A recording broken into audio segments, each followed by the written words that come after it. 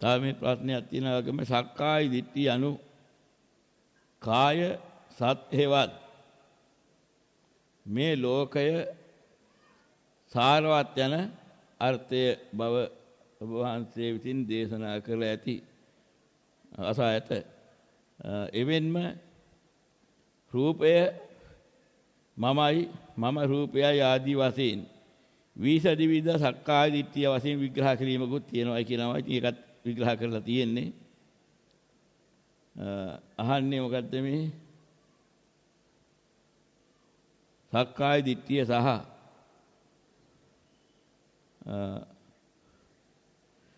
විවිධ සක්කාය දිට්ඨිය ආදී වශයෙන් මේ විස්තරේ පාදලා දෙන්න කියලායි මේ විග්‍රහ කරන්නේ කොහොමද ඇත්ත කියලා.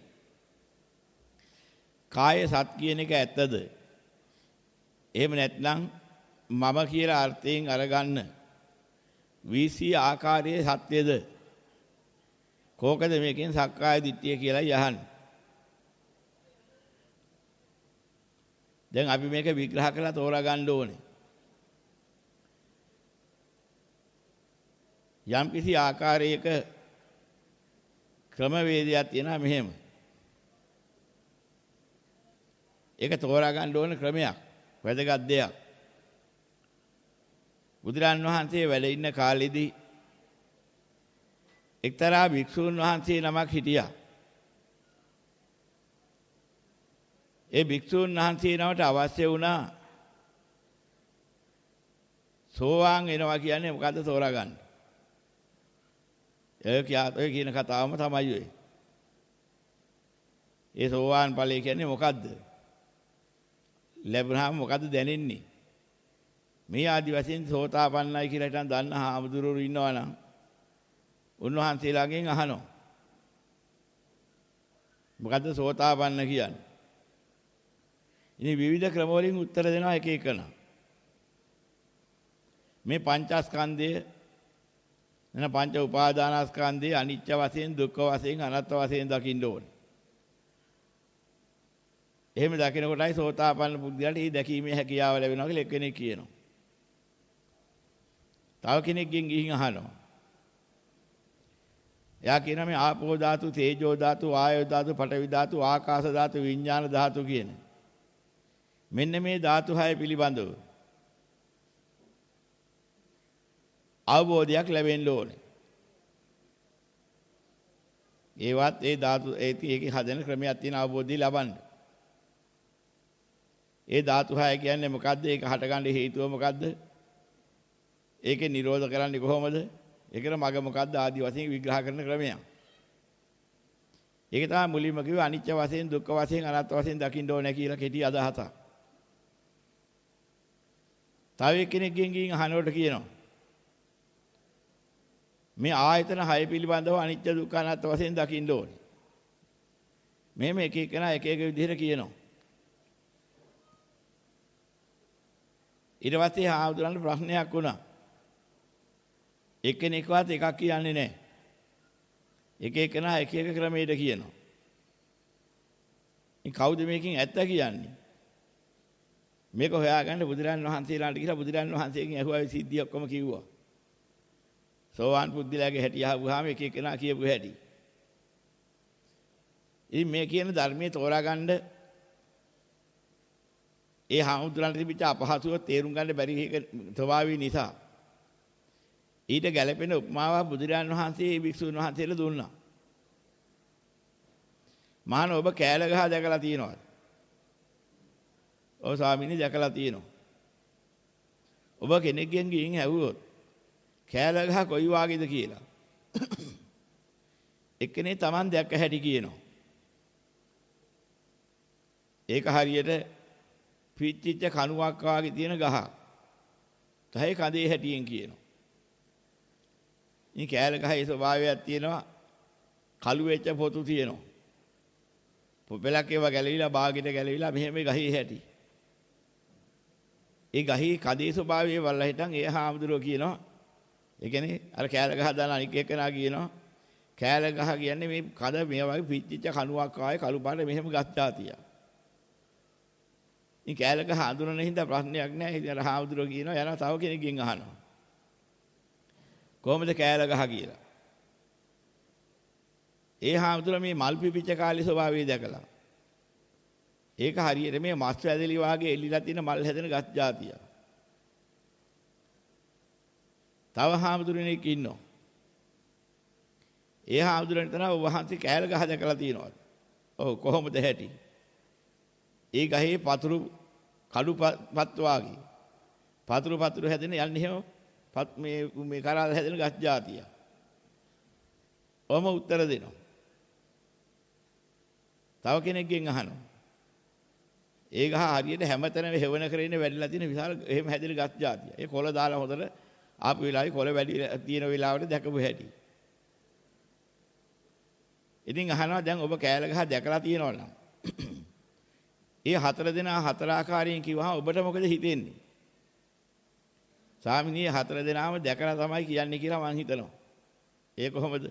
මම කෑල ගහ දැකලා තියෙන නිසා කෑල ගහේ කඳේ හැටි දන්නවා. කඳ මුල් කරන්නේ කිව්වහම එයා දැකලා තියෙනවා මම ඒකෙන් තේරුම් ගන්න. මල් පිපුනහම හැටි දන්නවා. ඒතොර ඒ නිසා මල් පිපිච්චාම තියෙන ස්වභාවය හැටි කිව්වහම මම ඒක දන්නවා කෑල ගහ දන්න කෙනෙක් මේ කිව්වේ කියලා. අර කරල් හැදිලා පුතු හැදිලා තියෙන කොටත් දන්නවා හැටි. මේ කඩුපත් වාගේ මේ කරල් පතුරු තියෙන ගස් జాතියක් කියලා කිව්වහම ආයෙත් දන්නවා කියලා දැනගත්තා.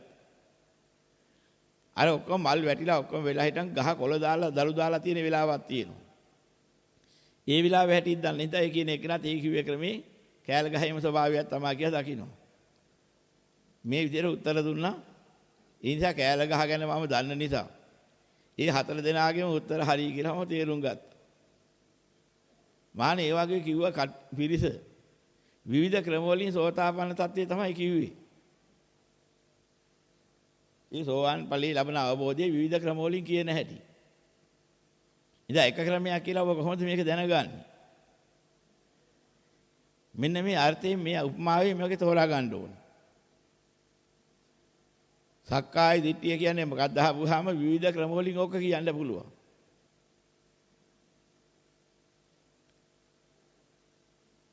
කාය සත් කියලා කිව්වේ. සත් කියන වචනයෙන් පෙන්වන්නේත් මොකද්ද? ප්‍රියමනාප නිසා ඒකට ඇලුම් කරනවා. සත්ව කියන්නේ මේ පංච උපාදානස්කන්ධයට තියෙන ඇල්ම. ඇලීම හේතු වෙන සත්ව කියනවා. පංච උපාදානස්කන්ධයට ඇලුම් කරනවා. අයි මම කියනවා කියන්නේත් ඒකයි. මම කියන අදහස ගන්නේ ඔය පංච උපාදානස්කන්ධයේ පොදියක් වශයෙන් ගත්තාම ඒකට ඇල්මක් ඇති කරගත්තාම ඒක මමත්වයෙන් ගන්නවා. මම කියන අර්ථයත් එන්නේ ඒකෙන්. ඉතින් ඒකේ තව විදිහක් කියනවා නම් මම කියන්නේ කවුද කියලා. මුලාව නිසා වහින මුලා නිගමනය. මෝහයෙන් වහින මෝහාසහගත නිගමනය. මායන දෙකක් තියෙන්නේ ඒකයි. මෝහ ස්වභාවය කියන්නේ ඇත්ත ඇති ආකාරයෙන් පේන්නේ නැහැ. ඒ නිසා ඒ සත්වයෝ ඒකට ඇලුම් කරනවා. මොනවටද ඇලුම් කරන්නේ? රූපස්කන්ධයට ඇලුම් කරනවා. වේදනා ස්කන්ධයට ඇලුම් කරනවා. සංඥා ස්කන්ධයට, සංකාර ස්කන්ධයට, විඥාන ස්කන්ධයට ඇලුම් කරනවා. ආසාවෙන් බැඳෙනවා, ඇලෙනවා කිව්වේ ඒකයි. මෙන්න මේ ස්වභාවය නිසා සත්ව කියලාත් කියනවා.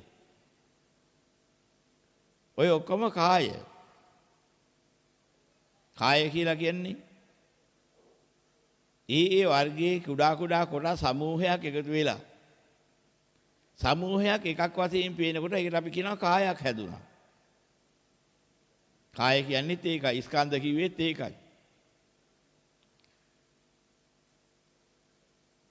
මේ කායට කාය කියන්නේ හේතුවක් තියෙන්නේ. ආපෝ ධාතුව, තේජෝ ධාතුව, වායෝ ධාතුව, පඨවි ධාතුව කියන මේ ධාතු හතරේ ලොකු සම්පින්ඩනයක් හැදිලා ඒක කායක් නැත්නම් ගොඩක් හැදෙනවා. රූප જાති ගොඩක් එකතු වෙලා රූප කායක් හැදෙනවා. ඒ කාය කියන වචනේ තමයි මේකට කාය කිව්වේ. ඒක හරි වැදගත් දෙයක්. මේක අතහැරලා බෑ. මේක වෙන් කරලා ගන්න ඕනේ. මේකට වෙනම සලකන්න ඕනේ. වෙනම විශේෂත්වයක් දීලා වෙන් කර ගන්න ඕනේ කියන අදහස නිසා ඒකට ගත්ත හැඟීමේ අදහසක් තියෙනවා. හැඟී සංඥාවක්. මම කියන හැඟීමට එන සද්දේ. ඊට අනුකූල සද්දය තමයි මම කියන්නේ. ඉතින් ඒ සද්දෙන් අරගත් එක තමයි කිව්වේ මම කියලා මගේ කරගන්න හදනවා කියලා. ඉතින් මම කරනවා කිව්වෙත් අර කිව්ව සත් කියන එකම තමයි. සත් කියලා කිව්වෙත් ඇලුම් කරන ලක්ෂණේ. ප්‍රියයි මනාපයි හොඳයි කියන අදහසින් ඒ රූපයන්ට ඇලුම් කරනවා නම් නැත්නම් ඒ රූප කියන්නේ කායයන් සමූහයන්. කායයන් සත් කියලා හිතන් ගන්නවා. එහෙනම් කාය මම කියලා ගන්නවා. ඒ වෙනාර වේදනාවන් සත් කියලා ගන්නවා. ඒකත් කාය සත් කියලා ගත්තා සත් කාය වුණා. තව විදිහෙන් කියනවා නම් සත් කියලා ගත්ත එක තමයි මම කියලා වෙන් කළේ. කාය මම කියලා ගත්තා කියන්නේ තේ අර්ථයෙන්ම තමයි. අර්ථයෙන් එකයි. විවිධ ව්‍යංජන වලින් කියනවා කිව්වේ ඒකයි. වෙන වචන වලින් කියනවා. ඒකී අර්ථයක් තියෙනවා. ඒ නිසා තමයි කොතන හරි මම කියලා අර්ථයෙන් සත් කියන අර්ථයෙන් ගත්තා නම් කොයි අර්ථයෙන් ගත්තත් ඉන්නේ ඒකයි. මම කියලා යම් කිසි අදහසකින් ගත්තා නම් ඔව් මමත්වයකින් බැඳෙනවා. සත් කියන අර්ථයෙන් ගත්තා නම් ඒත් ඒකමයි කිව්ව තව වචනයකින්. ඔව් සත් කියන අර්ථයෙන් සත්වත්වයෙන් බැඳෙනවා. සත්වත්වයෙන් බැඳුනහම හටගත්තේ සත්ව. එහෙම නැත්නම් අපි අර කිව්ව මම. ඉතින් අර 20 ආකාර දෘෂ්ටියට වයින්ද පුළුවන් වුණා සත් කියන වචනේම දාලා. මම කියන වචනේ දාලා මයින් රූපය තුල මම හැදිලා තියෙන රූපයෙන්. රූපය ඇතුලේ මම ඉන්නේ. මා ඇතුලේ රූපේ තියෙන්නේ. මේ රූපය පිළිබඳ හතර ආකාරයක්. තව විදිහකින් කියනවා නම් රූපේටයි සත් කියන්නේ. සත් හැදිලා තියෙන රූපයෙන්. රූපය ඇතුලේ සත් පවතින්නේ. සත් ඇතුලේ රූපය පවතින්නේ. අර මම කියන එකම සත් කියන වචනේ දාලා ওই විදිහට කියනවා. එහෙනම් 20 ආකාරයක සක්කාය දිට්ඨිය ඕනනම් ඔය කියන්න පුළුවන්. 20 ආකාරයකින් මම කියන තැන පිහිටීමක් ගැන වැරදි ආකල්පයක් ගන්නවා වාගේ. මේ සත් කියන යහපත් කියන හොඳ එකක් තියෙනවා කියන අර්ථයෙන් 20 පොළ කොහොමද බැලිය හැකි? ওই දෙකේම බැලුවේ කායේ සත් කියන අදහස තමයි. මම කියනවා කියලා ගත්තත් සත් කියන එක තමයි ගත්තේ. ඉතින් ඕක වෙනස තෝරා ගන්න ඕනේ වචන දෙක මිසක් අර්ථ එකයි. ඉතින් ඕක වෙනස අපි ඔය විදිහට තෝරා ගන්න ඕනේ සක්කාය දිට්ඨි කියන එක. ඒක මේ දෘෂ්ටිය ඇරෙන්න ඕනේ කවදා හරි. මම කියන දෘෂ්ටියෙන් අල්ලගන්න වටිනා දෙයක් තියෙනවා කියන අදහස නැති වෙන්න ඕනේ එක්කෝ. සත් කියන දෘෂ්ටියෙන් ගත්ත අදහස එක්කෝ නැති වෙන්න ඕනේ. ওই දෙකේම අදහස් කළේ ඒක අදහසක්. ඉතින් තේරුම් ගන්න සක්කාය දිට්ඨිය ඇති වුණා කියලා කියනකොට අපි වචනයට සීමා කරගෙන හිටියොත් අර්ථය විමසන්නේ නැතුව ඔය ප්‍රශ්නේ එනවා. ඊට පස්සේ සක්කාය දිට්ඨිය විග්‍රහ කරන්න කිව්වොත් අර පොතේ තියෙන වචන ටික කියාගෙන යනවා. ඒක තේරුණා නම් ඔයාගේ භාෂාවෙන් කියන්න කිව්වොත් එහෙම කියන්න එකක් නැතුව යනවා. මෙන්න මේකෙදි තමයි අහන්නේ. යමක් Tamante වැටහුණා නම් ඔය පොත්වල හරි තව බාහිර දෙයකින් හරි කෙනෙක් කියාපු දෙයක් හරි එහෙම එකක් ගන්නේ නැතුව Tamanටම වැටහීමක් තියෙනවා නම් කියන්නේ ඒ ගැන කිව්වහම Tamanගේ වචන වලින් Tamanගේ අදහස් වලින් කීය හැකි.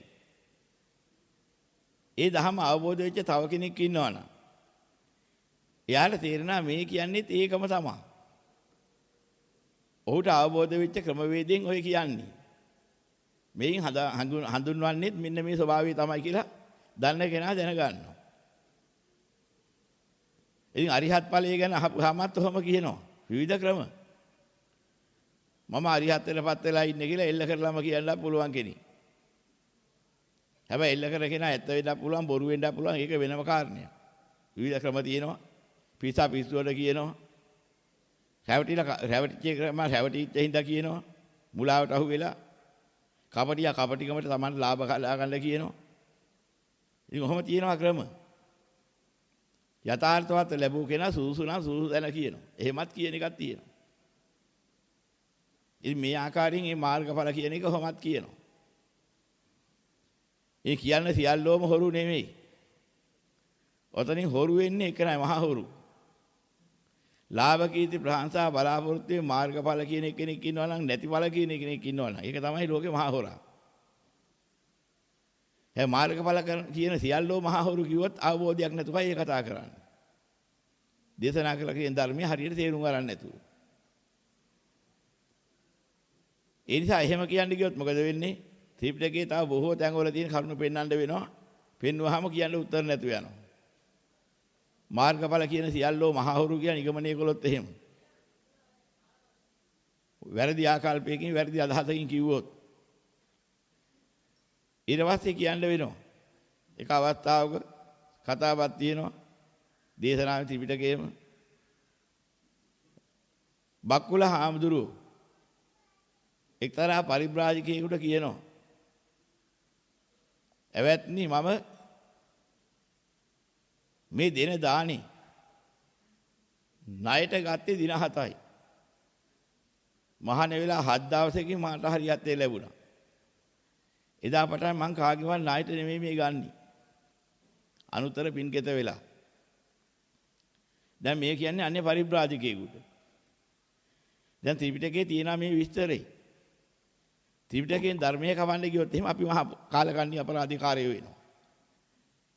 අපේ මතේ ජය ගන්න ත්‍රිපිටක ධර්මයේ කැපුවොත් ගැලපෙන්නේ නැහැ. එහෙනම් අපේ තියෙන අඩුපාඩු ඒ තුලින් අපි හදා ගන්න ඕන. හොයලා බලන්න ඕන. මොකද්ද වෙන්නේ කියලා. එහෙනම් බුදුරන් වහන්සේ පෙන්නපු දේශනාවක් තියෙනවා ලෝකේ හොරු 5 දෙනෙක් ඉන්නවා කියලා. විවිධ ක්‍රම වලින් වෙන කි ලොකුම හොරා තමයි ලාභ කීර්ති ප්‍රශංසා බලාපොරොත්තු වෙන්නේ නැති මාර්ගඵල ගැන කතා කරන බොරුවට කියන එක. පරාජිකයි හාමුදුරනෙක් සෝවන් මේ උපසම්පදා භික්ෂුවන් නම් පරාජිකයි. ආයි මහණේලා උපසම්පදාවත් ඉවරයි ආයි ගන්නවත් බෑ. ඉතින් අන්න එහෙම දෙයක්. නමුත් හොරට ඉඳගෙන කකා ඉන්නවා නම් එහෙම ලොකුම හොරා. ඉතින් ඔන්න ඔය වචනේ වරද්දලා ගන්නවා. ලාභ කීර්ති ප්‍රශංසාතක කපටිකමට නැති උත්තරී මනුෂ්‍ය ධර්ම තියෙනවායි කියලා කියපු එකයි මේ හොරා කිව්වේ මහා හොරා. ඉතින් සමහර වෙලාවට තමන්ගේ මෝඩකමට ලාභ කීර්ති ප්‍රශංසාවක් බලාගෙන නෙමෙයි. තමන්ට මං මෙහෙම ඇති කියලා හිතන් තමන්ගේ මොනවා හරි දෘෂ්ටියකට හැවටිලා කෙනෙක් කියන්න පුළුවන්. එහෙම තියෙනවා. ඒක හැබැයි හැවටුමට කිව්වා මිසක් මෝඩකමට කිව්වා මිසක් ඒක අර හොරකමට වැටෙන්නේ නැහැ. කපටිකමින් කරපු එක තමයි හොරකමට වැටෙන්නේ. ලාභ කීර්ති ප්‍රශංසා බලාපොරොත්තු වෙන්නේ නැති ගුණ හැඟවි. පරාජිකාව තියෙන්නේ ඒකටයි. නොදන්නකමට මෝඩකමට යමෙක් කිව්වනම් ඒක පරාජිකාවකුත් නෙමෙයි. ඒකට මහ හොරා කියන එක ගැලපෙන්නේ නැහැ. බුදුරන් වහන්සේ එහෙම ආයත නැවත දහම් විග්‍රහ කරලා දීලා මහාන මෙන්න මේ ටික හරියට කරගෙන යන්න කියලා එහෙම කියලා ඉట్లా යවනවා. ඒක ක්‍රමයක් ඒ. මෝඩකමට කිව්වොත්. සමහර කෙනෙක් ඉන්නවා විකෘති වෙනවා මනස. දොඩවනවා. ඒ දෙරවීම නිසා Taman දන්නේ නැහැ Taman කියවනවා මං රහතන් වහන්සේ නමක්. මං මාර්ගඵල ලැබලා ඉන්නේ. මං සෝවාන් පිස්සුවට කියනවා. හැබැයි පිස්සුවට කියන එක කරන්න දෙන්නේ නැහැ සමාවක් දීලා තියෙන්නේ. පිස්සුව නිසා ගණන් ගන්න එපා. ඇවතක් හිටිනවා ගණන් ගන්නනේ. පිස්සුව නිසා. යාටින් අවශ්‍ය වේතක් කරලා කොහොම හරි පිස්සුව අරින්න කියනවා. ඒකට අවශ්‍ය කරන ප්‍රතිකර්මයක් කරන්න. එයාටත් එහෙම ඇවතක් නැහැ පිස්සාට. පිස්සුවට කියන හින්දා. ඒතකොට තව කෙනෙක් ඉන්නා උද්දාමයට කියනවා. Taman කියන්නේ නැතුව සමහරලාට යාම දන්නේ නැහැ එහෙම කියවෙන අවස්ථා තියෙනවා. මේ බුද්ධ ශාසනයේ තමයි රාතන් වහන්සේලා ඉන්නේ. ශාසනයෙන් පිට නෙවෙයි. එහෙම කියන්න පුළුවන්. ඒකෙන් Taman හැංගෙන්නත් පුළුවන්. හැබැයි ඒ හඟවන බලාපොරොත්තුෙන් කිව්වනම් ඒක වැරදි. හඟවන බලාපොරොත්තුවක් නැතුව කියන්න හැඟෙන්න පුළුවන්. පස්සේ තේරෙන්න පුළුවන් මං අතින් මෙහෙම කියවුණා හැබැයි මේකේ මෙහෙමත් අදහසක් ආවද දන්නේ නැහැ කියලා. හැබැයි හඟවන බලාපොරොත්තුවක් නැත්නම් එයාටත් ඇවතක් නැහැ. ඉතින් මේවා හරියට විග්‍රහ කරලා තෝරාගෙන ඕනේ ගැන කතා කරන්න. යථාර්ථයෙන් ඇති කෙනා සුදුසු නම් සුදුසු දැන කියනවා. ඒ කියන්නේ ඔකටම කියන එකක් නෙමෙයි ඒක. සුදුසු නම් සුදුසු තැනක් තියෙනවා. ආචාර්යවරයා ඇහුවොත් ඔහුගේ ස්වභාවය මොකද්ද දැන් තත්ත්වය මොකද්ද? කිව් දහම අවබෝධ වුණාද? මග වැඩුණාද? ඉතින් ඒ විදිහට ඇහුවොත් එහෙම ආචාර්යවරයාට සිද්ධ වෙච්ච හරිය කියනවා. අවංකව. ඒ තුලිනු සමහරලාට ඔහුගේ ඵලය ප්‍රකාශ වෙන්න පුළුවන්. සුදුසුලන් සුදුසු දැන. එහෙම නැත්නම් යම් අවස්ථාවක අපවත් වෙන්න ඕන වෙන්න කියන අවස්ථාවකදී අනික් සබ්‍රාහ්මචාරීන් කියන තවත් හිටපු තමන්ගේ ඒ සමව හිටපු භික්ෂුන් වහන්සේලා අහන්න පුළුවන්. එවත්නි ඔබ මෙච්චර කල් මහානදාම් පිරුවා.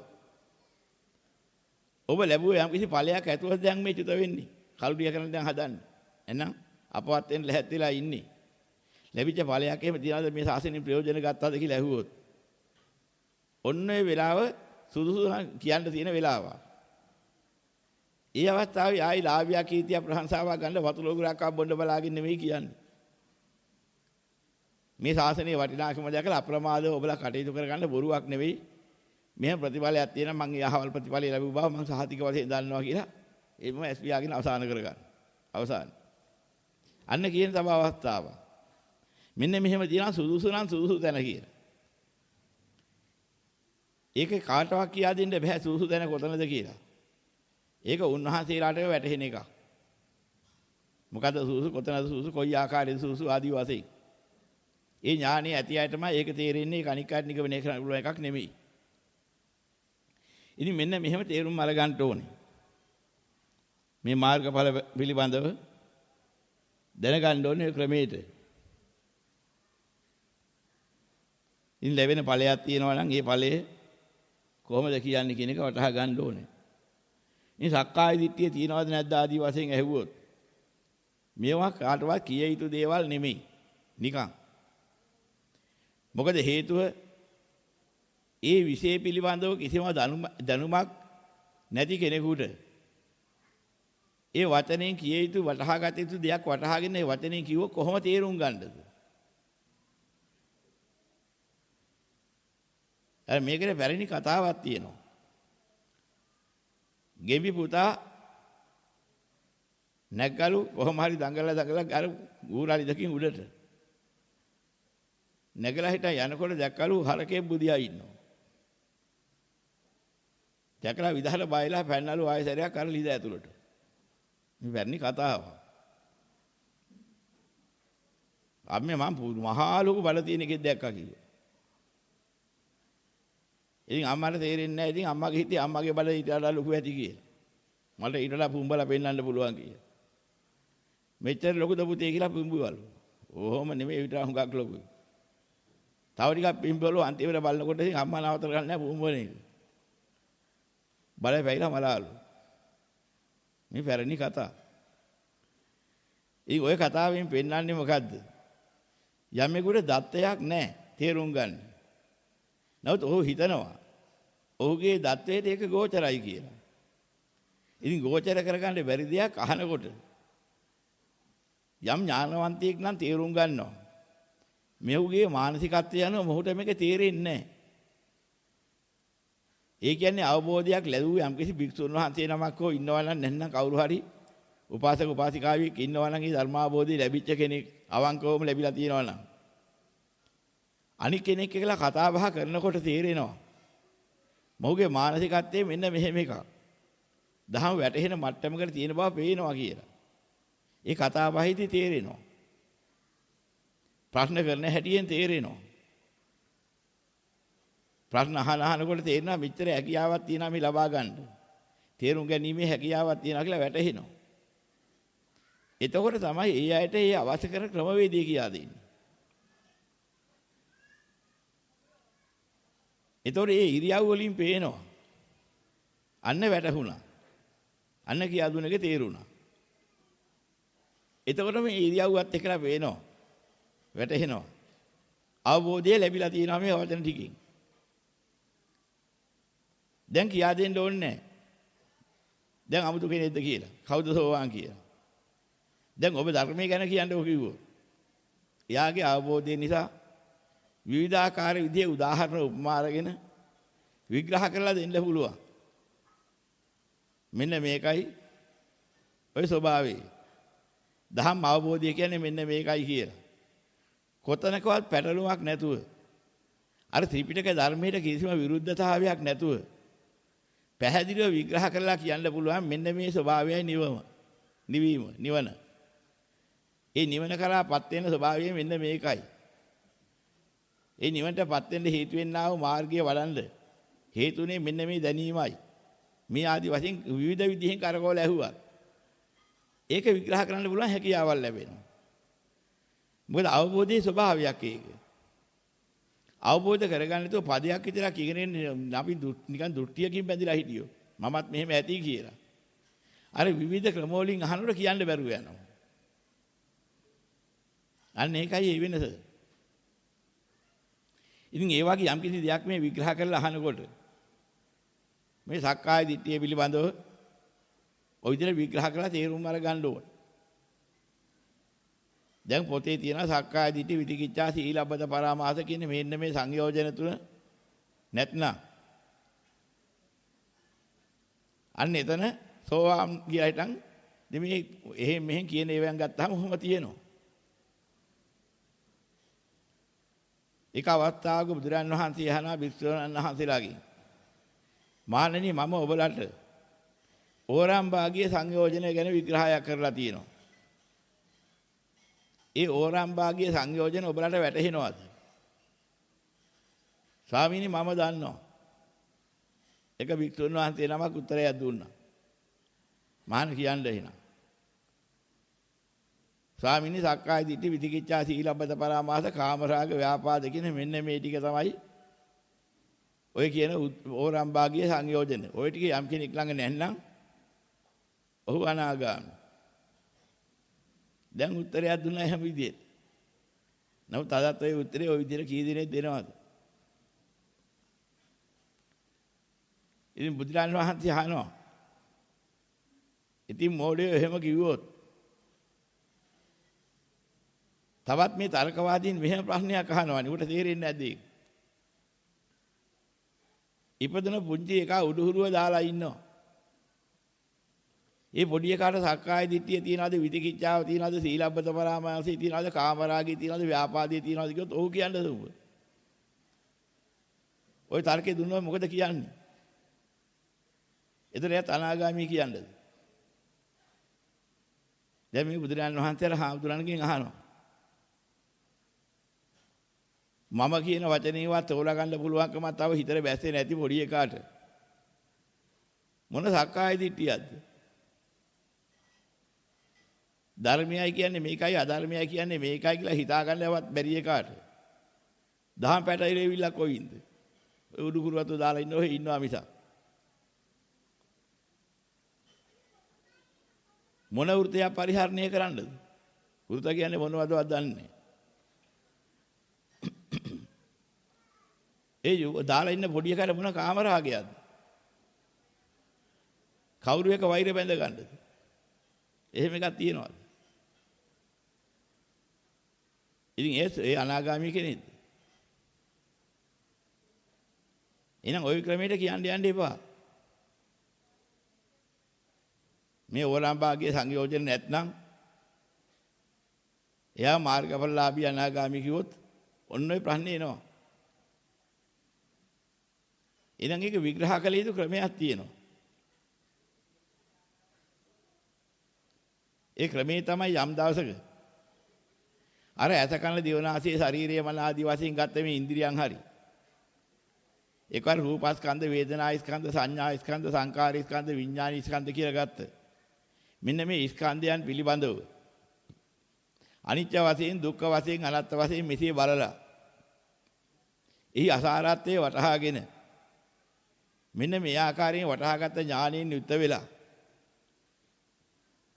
මේවා වටිනවා කියන මේ දෘෂ්ටිය අත්හැරලා ගියා නම් මේක ක්‍රමයක් කියන්න පුළුවන් දෙයක්. අනිත්‍ය වශයෙන් දුක්ඛ වශයෙන් අනාත්ම වශයෙන් දැක්කනම් මේ පිළිබඳව මේක වැදගත් මේක හරවත් කියන දෘෂ්ටිය නැති වෙලා යනවා. මේ මමයි කියලා හොඳ එකෙක් ඉන්නවා කියන මේ මුලා දෘෂ්ටිය නැති වෙනවා. සද්දයක් යහපත්යක් හැටියට මේක පවතිනවා කියන දෘෂ්ටියක් නැති වෙනවා. අන්න එහෙම දහම් දැකලා ධර්මඥානය පහළ වෙලා යම් කෙනෙකුට සක්කාය දිට්ඨිය නැති වෙනවා කිව්වනම් ඔහු දැනගත්තේ ධර්මයේ පිළිබඳ ඔහුට සැකයක් නැති වෙනවා කිව්වනම් ඔහු ඒ තුලින් නිවන් මාර්ග ප්‍රඥාවෙන් අවබෝධ කරගන්නවා මේකයි මාර්ගය කියලා දැනගත්තාම ඔහුගේ වෘත පරාමර්ශනයක් වෙන්න හේතු නැති බව දැනගත්තා කිව්වනම් මුලාසහගත ලෝකෙට තියෙන ඇලීම නතර වෙලා ඒ අවබෝධයේ හේතු කොටගෙන කාමරාගය නැති වුණා කිව්වනම් ඒ නිසාම ලෝකෙට තියෙන බැඳීම ඇලීම නැති වෙනකොට ගැටෙමින් වෛර කරන ව්‍යාපාදේ ඒ හේතුවෙන් නැති වුණා කියලා අන්න එහෙම විග්‍රහ කළා නම් ඒ විලාදී අර ලදරු වාදේ උකර දාන්න බෑ. එහෙනම් ලදරුවත් එහෙමනේ කියන්න බෑ. මොකද හේතුව ලදරුවා ඒ තත්වයෙන් ඉන්නේ දහම් තේරිලා නෙමෙයි. දහම් තේරිලා බහැපි නිගමනයකින් නෙමෙයි. ලදරුකම නිසා.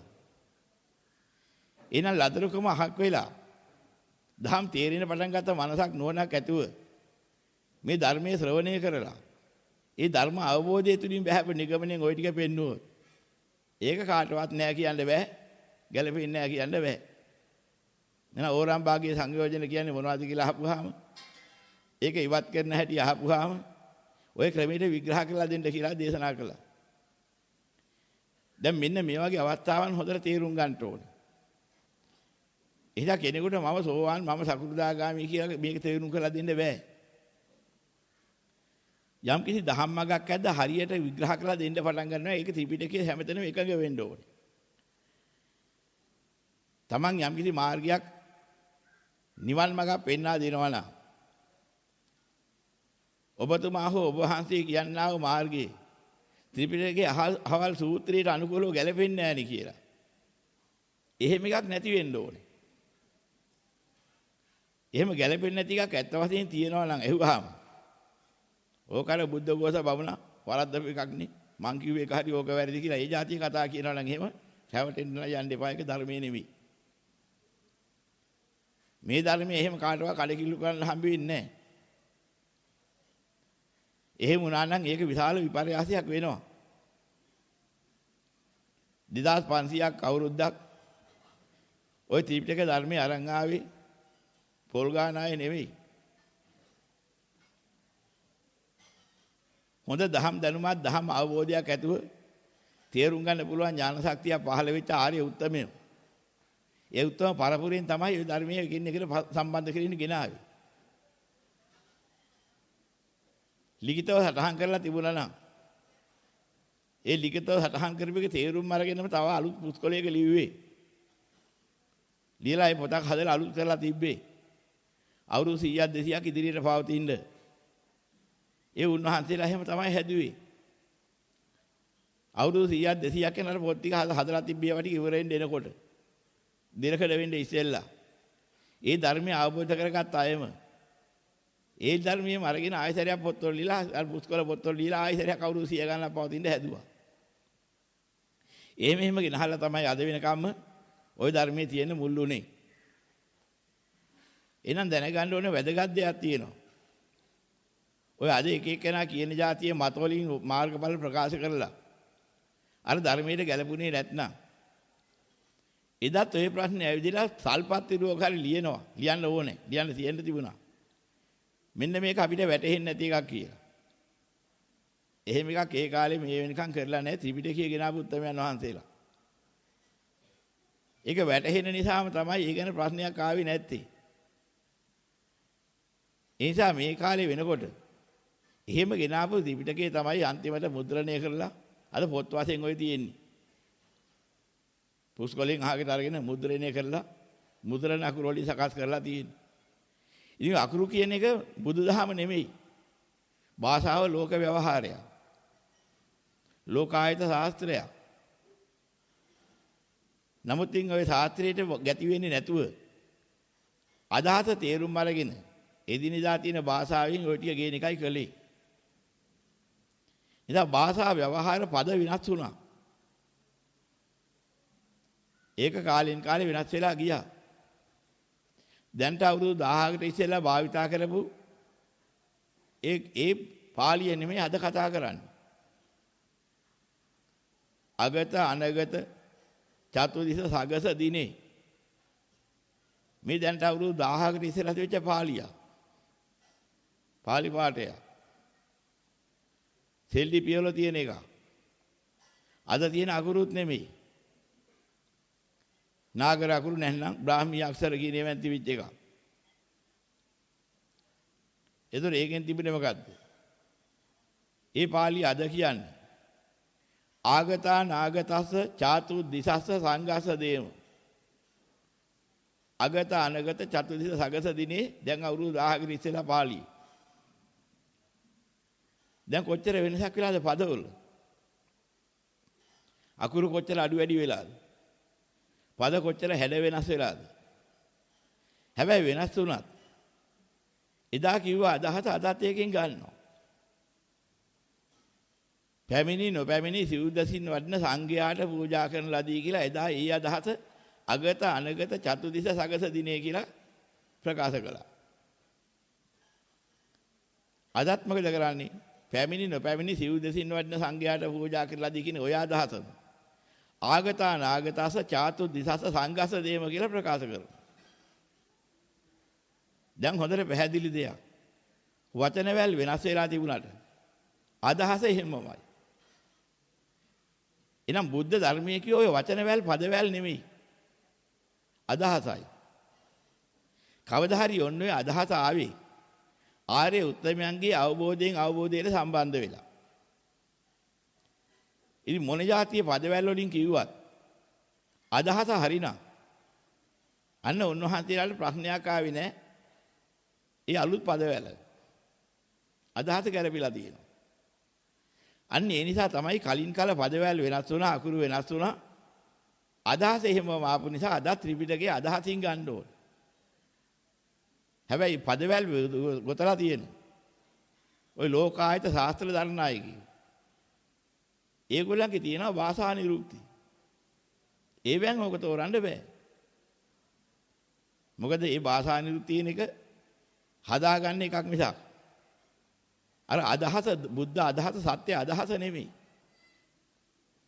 ඒ අදහස තියෙන්නේ ඒ වාක්‍යයන්ගෙන් කියවෙන දේ ඒ කාල සීමාවේ කතාව දැකලා අහලා අදහස අවබෝධ කරගත්ත භික්ෂුන් වහන්සේලා ඒ අදහස කැටි වෙන විදිහට ඒ පදවැල කොතලා දුන්නා.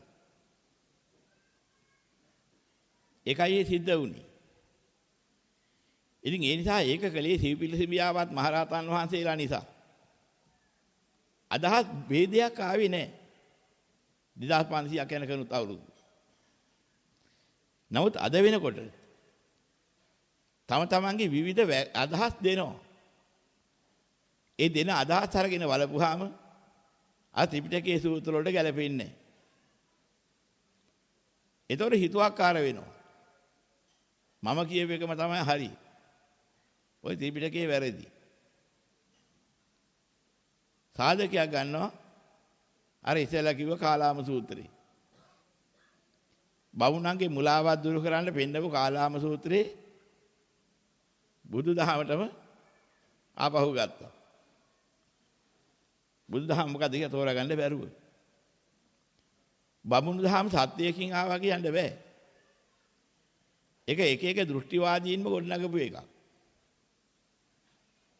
මේ ලෞකික වන්නා වූ එක අදහස්, ලෞකික අධ්‍යක්ීම්. ඒවෙන් ගොඩනගා ගත්තේ ඒගොල්ලන්ගේ මත. ඒ නිසා මේ මත ගෙනාවුවා බලාගෙන තමයි බුදුරණන් වහන්සේ දේශනා කළේ පරම්පරාවෙන් ගෙනාවට පොතේ තිබුණාට වහල් වෙන්නේ නැතුව හිතලා බලන්න කියලා. මගේ චුරුස් මටම චුරුස් කියලා හිටන් දැන් කපලා දානවා ත්‍රිපිටකයට මේ ටික දාලා. ත්‍රිපිටකයේම කොටසක් කරා. ඒකත් එහෙම කතාවක්.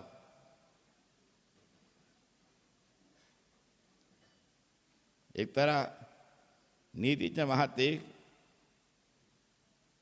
මිනිස්සුයෙකුට නිකන් විකෘතිය හැදිලා තියෙන බව පෙන්වන්න ක්‍රමයක් දුන්නා මේ ප්‍රශ්නයකට සාක්ෂිය වරු කරන්න. අහනහට කෙනෙකුව චුරුස් කියහන් කිව්වා. ඊට පස්සේ නඩුවට ගියාට පස්සේ අහනහන හැම එකම චුරුස් කියනවා වෙන මොකක් කියන්නේ. නඩුකාරයා මේක පිස්සේ කියලා නඩුව අහක දැම්මා. දැන් කොහොම හරි වැඩේ හරිනේ කොහොමයි ගාස්තුව කියලා ඉල්ලනවා. අර නීතිඥතුමා චුරුස් කියලා යන්න ගියා. දැන් මොනවා කරන්නද? මගේ චුරුස් මටම චුරුස් කිව්වා නීතිඥතුමා. අන්න ඒ වගේ බුදුරජාණන් වහන්සේ අර ඉස්සෙල්ලා බමුණන්ගේ තිබිච්ච මුලාවෙන් හදාගත්ත සම්ප්‍රදායෙන් ගෙනාපුවා. ඒ වගේම අනිත්තරේ අර ලිඛිතව හදාගත්ත පොත්වල ලියාපුවා. මේ ආදී වශයෙන් ඒවා මුලපටන්ම ගෙනාවේ ධර්මානුකූල නොවන. පෘථග්ජන මුලා පිරිසක්. ඔය භාෂා විසරදීන් වශයෙන් ඉගෙනගත්ත පිරිසක් ඔය එක එක පඬිතුකම් කිව්වට ප්‍රඥාවෙන් ආපු පිරිසක් නෙමෙයි. ඒ විවිධ මතධාරීන් ලියා තිබිච්චාට මිනිස්සු ඇත්ත කියලා සම්මත කරගෙන හිටියා. අන්නේ සම්මත වෙච්ච මුලාව දුරු කරන්න තමයි එදා වෙන්නේ. ඒ බමුණු පොත්පත්වල තියෙන වේදයන්ගේ ස්වභාවයන්ගේට ගැති වෙන්නේ නැතුව ඔය විමර්ශනයටපත් කරලා ඇත්ත හොයාගන්න කියලා. ඉතින් සත්‍ය ගෙනාවු සත්‍ය දේශනා කරපු සත්‍ය මාර්ගය හරියට දැනගත්ත සිවිපිලිසිඹියාපත් මහරහතන් වහන්සේලා ඒ සත්‍ය ක්‍රමයේ රටාවට අනුකූලවම දුන්න සකස් කරලා දුන්න දෙයක් තියෙනවා නම් ඒක අර જાතියෙන් විමර්ශනය කරන්න පුළුවන් එකක් නෙමෙයි. ඒ විමර්ශනය හරියට කරලා තමයි සටහන් කරලා තියෙන්නේ. ඒක එහෙම කියන්නේ ඒ අවබෝධයක් හරියට ලැබිච්ච කෙනෙක් ඒ ටික බලනකොට අහක් කරන්න එකක්වත් නැහෙනි. ගැළපිලානේ. ඒ න්‍යායයන් හරියට ගැළපෙනවද කියලා පේනවා. එතකොට තමයි දැනගන්නේ ත්‍රිපිටකේ අහක් කරන්න එකක් නැහැ කියේ. ඒක ගෙනත් තියෙන්නේ ආර්ය පරපුරක් සත්‍ය දැකපු ඥානවන්ත පරපුරක් අදහස වෙනස් නොවෙන්න ගෙනත් තියෙනවා පැහැදිලිව පේනවා කියලා දකින්න එතකොටයි. ඉතින්දපත් වෙන්නේ නැතුව මොනවා හරි තමන්ගේ අදහසක් අරගෙන ඔය අදහස නිවන කියලා ප්‍රකාශ කරලා හෝ යහපතක් කියලා ප්‍රකාශ කරන්න ගියොත් මොනවෙන් හරි. ඒ ගත්ත වැරදි ආකල්පය නිසා ඔය ත්‍රිපිටකයේ 7-8 පොලකින් පෙන්වන්න පුළුවන් ඔයක වැරදිනේ. මෙන්න මේ සූත්‍රයට ගැලපෙන්නේ නැහැ නේ කිය. මෙන්න මේ කියන විනයට හෝ ගැලපෙන්නේ නැහැ නේ කියලා කිය හැකියි. එහෙම කියනකොට දැන් කරන්න වැඩේ මොකද්ද? අර 2500ක් යනකනුත් අවුරුදු ගණනක් යන තේර පරපුරට ප්‍රශ්නයක් නැතුව හොඳට ගෙනාපු මේ ධර්ම අදහස වර්ධින් නැති වෙන ගෙනාපු එක. අද ඉන්න පඬිතියින්ට තමන්ගේ අදහස ගැලපෙන්නේ නැති නිසා කපලා දානවා. කපලා දාලා හිතුවක්කාර විදිහට තමන්ගේ ඕනේ බන කියනවා. අර හදාගත්ත ලෝකායත ශාස්ත්‍රයේ සාක්ෂියට ගන්නවා නැත්නම් ඒක තමයි මුක්කුවට ගන්න. එතන මම මෙච්චර ඉගෙන ගත්ත කෙනෙක් මෙච්චර දැනුගත් කෙනෙක් මට භාෂාව පිළිබඳ මෙච්චර වැටහීමක් දැනීමක් තියෙනවා කියලා ඒකෙන් මුලා කරන්න බලනවා. නමුත් අදහස බලපුවාම ගත්ත අදහස ධර්මයට ගැලපෙන්නේ නැහැ. එහෙනම් දේශනා කරපු දහමක් සත්‍ය වශයෙන් අවබෝධයෙන් නම් කළේ. ඒක සත්‍යය නම් ඊ අදහස වෙනස් කරන්න මුළු ත්‍රිපිටකයේ හැමතැනම කරුණු හෙව්වත් එකක්වත් නැහැ. ඒක පැහැදිලි දෙයක්. ඉතින් ඒ නිසා මේක කාලාම සූත්‍රයේ අරගෙන නිසා උදාහරණයට වෙන්නේ. Tamanට හිතු මතයට කෑලි කපන්න ගියොත් එහෙම ලොකු අමාරුවක වැටෙනවා. එහෙනම් අපිට නම් කියන්න තියෙන්නේ ත්‍රිපිටකයේ තුලින් පොඩ්ඩක් එක සූත්‍රයක්වත් අහ කරන්න දෙයක් නැහැ. ගැළපීලා තියෙන්නේ. ඒ ගැළපිච්ච සූත්‍රයට අනුකූලව අපි දේශනා කරන්නේ. එක එක්කෙනාගේ පදවැල් වලට අනුව නෙමෙයි. ඊට පස්සේ ඊට අනුව ඕනකින් රහන්න පුළුවන්. ඔබ වහන්සේ හෝ ඔබතුමා විසින් ප්‍රකාශ කරපු මෙන්න මේ කාරණේ ත්‍රිපිටකයේ අහවල් සූත්‍රයට ගැලපෙන්නේ නැහැ. අවංක නම් ඇත්ත වශයෙන් එහෙමද කියලා බලලා ගැලපෙන්නේ නැති එක හදා ගන්නවා මිසක් ත්‍රිපිටකයේ කපන්න ගියොත් නම් මහා මුලාවක් වෙනවා. දැන් අද මේ කාලේ වෙනකොට එහෙම දේශකයෝ හැදිලා ඉන්නවා හුඟා. එක්කෙනෙක් ළඟට ගිහිල්ලා ඔයාට හරි ටික වෙන් කරන්න වැරදි මේ වබුන දාපු ටික වෙන් කරන්න කිව්වොත් 75ක් වෙන් කරලා ගන්නවා කෑලි ටිකක්. මෙන්න මෙච්චර හරි එක. ඒක අරන් අර අනික් එක්කෙනා ළඟට යනවා. මේකෙන් ඔයාට කියන හරි එක වෙන් කරලා වැරදි ටික අයින් කරන්න. ඌ ඒකෙනුත් 4 3ක් විතර අයින් කරනවා. 3 දෙනෙක් ළඟට ගියාම මුළු ත්‍රිපිටකයම ඉවරයි. 2500ක් ගෙනාවු ත්‍රිපිටකේ රහක් වෙච්ච මත 3 දෙනෙක් කියලා. අන්තිමට බලනකොට ආසනේ අතුරුදහන් ඉන්නේ ඔය ක්‍රමයට. නිසා හොඳින් තේරුම් ගන්න ඕනේ. අපි මේ කියන විස්තර වුණා. දන්න කෙනෙක් අද ත්‍රිපිටක පොත ඕන තරම් තියෙනවා. දන්න අය හෝ ඇසුරු කරපු අය ඒවත් එක සංසන්දනය කරලා බලන්න ඕනේ පුළුවන්. හැබැයි Taman තනියෙන් නීතිය මේ තීරණයට බහින්න නැතුව එහෙම ඒවා තියෙනවා නම් එහෙම ඒවා ඉදිරිපත් කරන්න ඕනේ. අන්න ඉදිරිපත් කරනකොට ඒකට අපි ගැළපෙන උත්තරේ හරියට සාසඳලා දෙනවා. ඒකයි ඒ ක්‍රමය. නැත්නම් Tamanට වැරදි ආකල්පයක් එන්න පුළුවන් ඒ සූත්‍රයේ අර්ථයේ Tamanට අවබෝධයක් තිබුණ නැත්නම් ඒ වැරදියට තේරෙන්න පුළුවන්.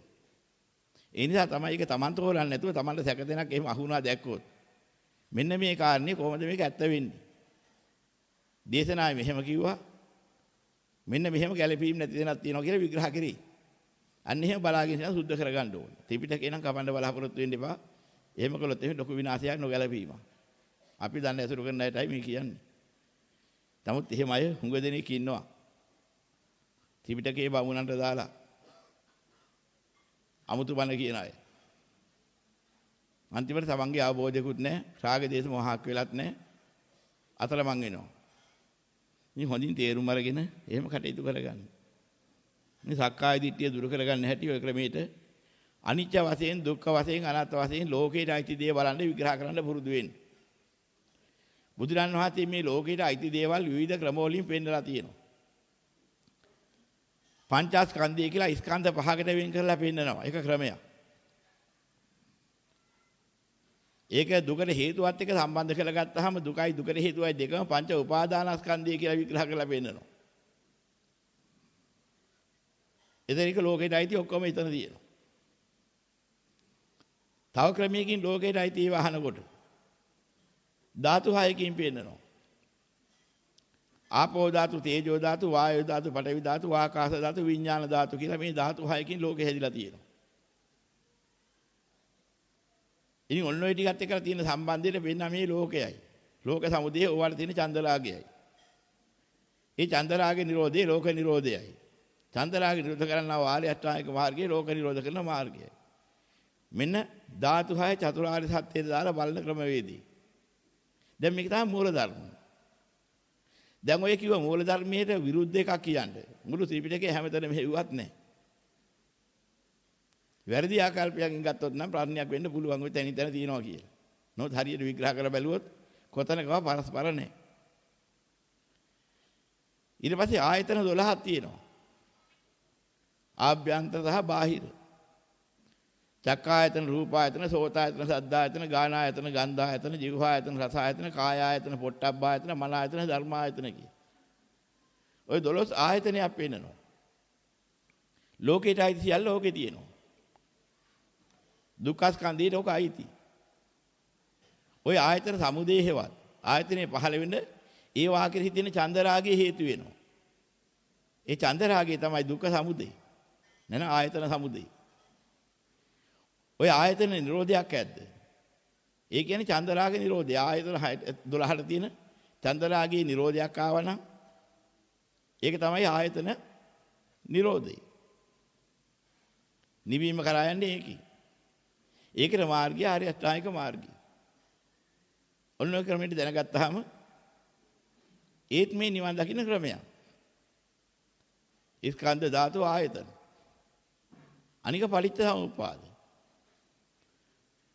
අවිජ්ජා පත්‍ය සංඛාරා, සංඛාර පත්‍ය විඥාන, විඥාන පත්‍ය නාම රූපං ආදී වශයෙන් ජාති පත්‍ය ජරා මරණ ශෝක පරිදේ දුක්ඛ දෝමන සුපායස සම්භවಂತಿ කියන දේ එනකොට දුක්ඛ සහ දුක්ඛ සමුදය කියන දෙකේ එකේ තියෙනවා. නැන ලෝකේ සහ ලෝක සමුදය. අන්නේක නිරෝධ කරන ක්‍රමයේ තියෙනවා අවිජ්ජායත්තේ වාසේස විරාග නිරෝධ සංඛාර නිරෝධ ආදී වශයෙන් කියන 11. විග්‍රහ කිරීමේ තියෙනවා ඒ ටික. ඒතර උතන පින්නුවෙත් මොකද්ද? පටිච්ච සමුප්පාදයේ ලෝකයේ ගොඩනැගෙන හැටි සහ ගොඩනැගෙන්න හේතුව. ඒක නිරෝධ හේතුව නිරෝධ කරපුවාම පටිච්ච සමුප්පාද නිරෝධයි. ඵලයේ නිරෝධයි. මේ නිවන් මාර්ග තව ක්‍රමයකින් පෙන්නනවා. පටිච්චසමුප්පාද වශයෙන් බලන ක්‍රමය. ඉතින් මෙහෙම ස්කන්ධ ධාතු ආයතන පටිච්චසමුප්පාද මේ ආදී වශයෙන් මූලික ලෝකයට අයිති දේවල් මේ සියල්ල කියන ටික විග්‍රහ කරනවා. ඇස රූපේ කන ශබ්දේ නාසයේ ගන්ධේ දිව රසයේ කය පොට්ටබ්බේ මන ධර්ම කියලා. සියල්ල කියන්නේ මෙන්න මේ ටිකයි කියලා විග්‍රහ කරන තම ක්‍රමයකින්.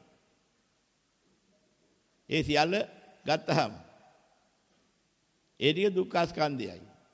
ඒ සියල්ලට තියෙන චන්දරාගය දුක්ඛ සමුදයයි. ඒ චන්දරාග නිරෝධය දුක්ඛ නිරෝධයයි. චන්දරාග නිරෝධ කරන ආර්ය අෂ්ටාංගික මාර්ගයේ දුක්ඛ නිරෝධගාමී ප්‍රතිපදාවයි.